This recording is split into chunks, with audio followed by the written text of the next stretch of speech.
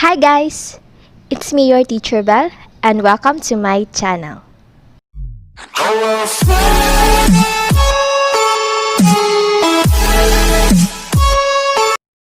For this video, I will discuss forms of business organization, particularly sole proprietorship. Let's start. Forms of business organization. The following are the three forms of business organization: sole or single proprietorship, partnership, and corporation.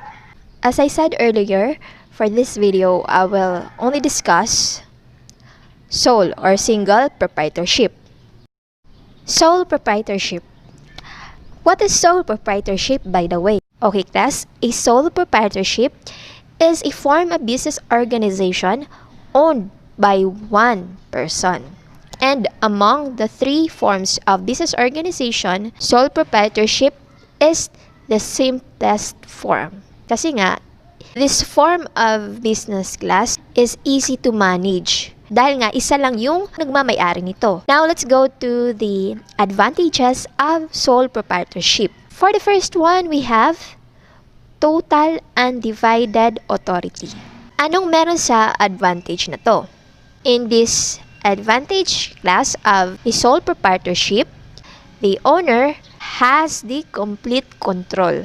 Nasa kanya lahat ng control when it comes to business operations. And now, let's go to the second advantage of a sole proprietorship, and that is low organizational cost and license fees. Ano naman ang meron dito sa advantage na to? It says here that the cost to start sole proprietorship is less expensive than other forms of business organization. When we say startup cost, ito yung mga expenses or gastos na na-incurred ni owner during the process of setting up a company. An example of this is yung mga permits, like barangay permit. Kailangan kasi in establishing a business, meron ka yung mga permits na yon para maging legal yung business. Ilan lang yon sa mga startup costs na pwedeng ma-incurred ni owner in establishing the business. Well, it varies in the nature of the business naman. Next advantage is tax savings. A sole proprietorship class is a form of business organization where si owner and then si business is may iisang katauhan lang. So, it means that yung tax na babayaran ni owner, included na doon yung magiging tax ni sole proprietorship or nung business. Mas lesser na yung babayaran na tax kasi merong mga deductions na pwedeng ma-avail ni owner. And that is tax savings class. Dito na papasok yung katauhan ni business or ni sole proprietorship and ni owner na iisa lang. Now, let's go to the next advantage, and that is no restrictions on type of business.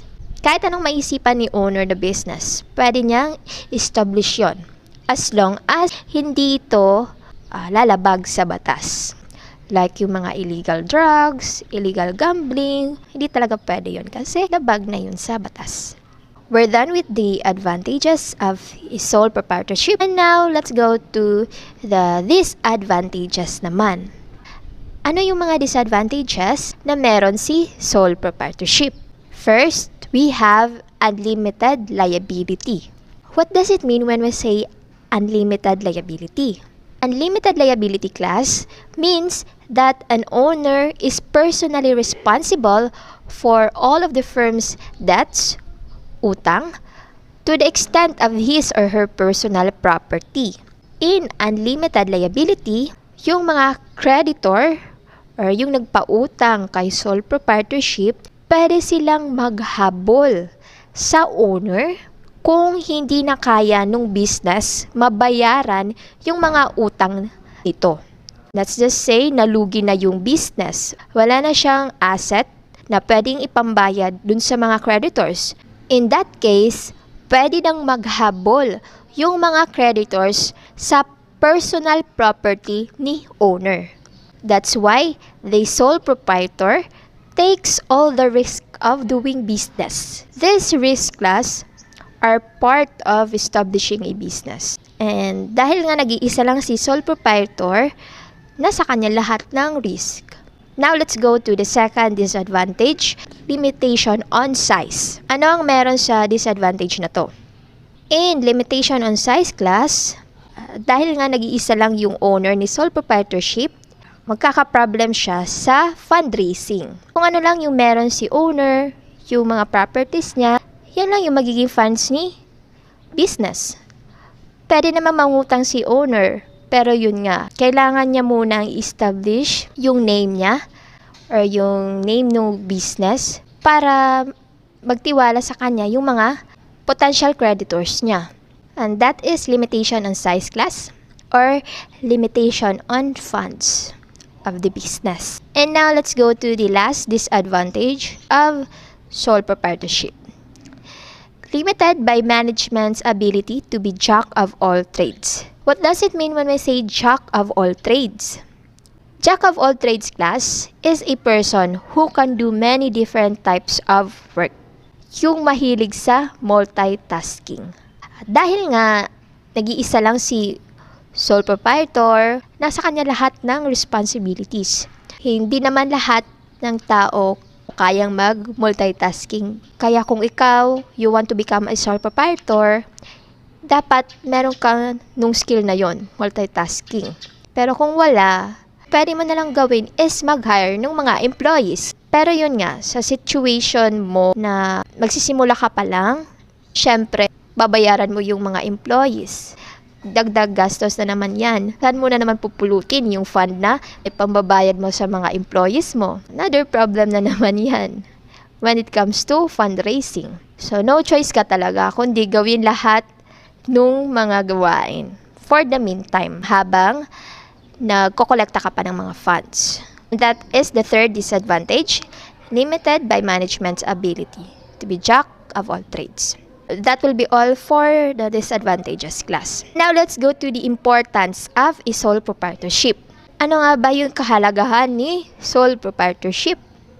It says here that small businesses owned by sole proprietors are well recognized worldwide as vital and significant contributors to economic development, job creation, and the general health and welfare of economies. Micro-businesses, when I say micro-businesses, these are firms that employ fewer than 10 people, form a dynamic, integral part of the market economy, providing goods and services, and a gateway. Yan, gateway by which millions enter the economic and social mainstream of society. Gateway.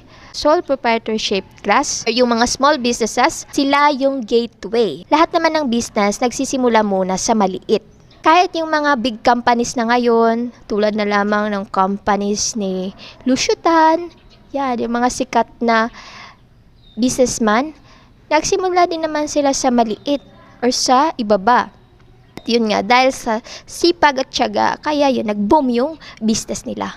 Sole proprietorship, ito yung gateway. Dito nagsisimula lahat ng businessmen na eventually nagiging successful sa field nila at napalaki na lamang yung business nila. That will be all for this video. So I hope you learned something from this discussion. But still, thank you for listening and see you on our next discussion.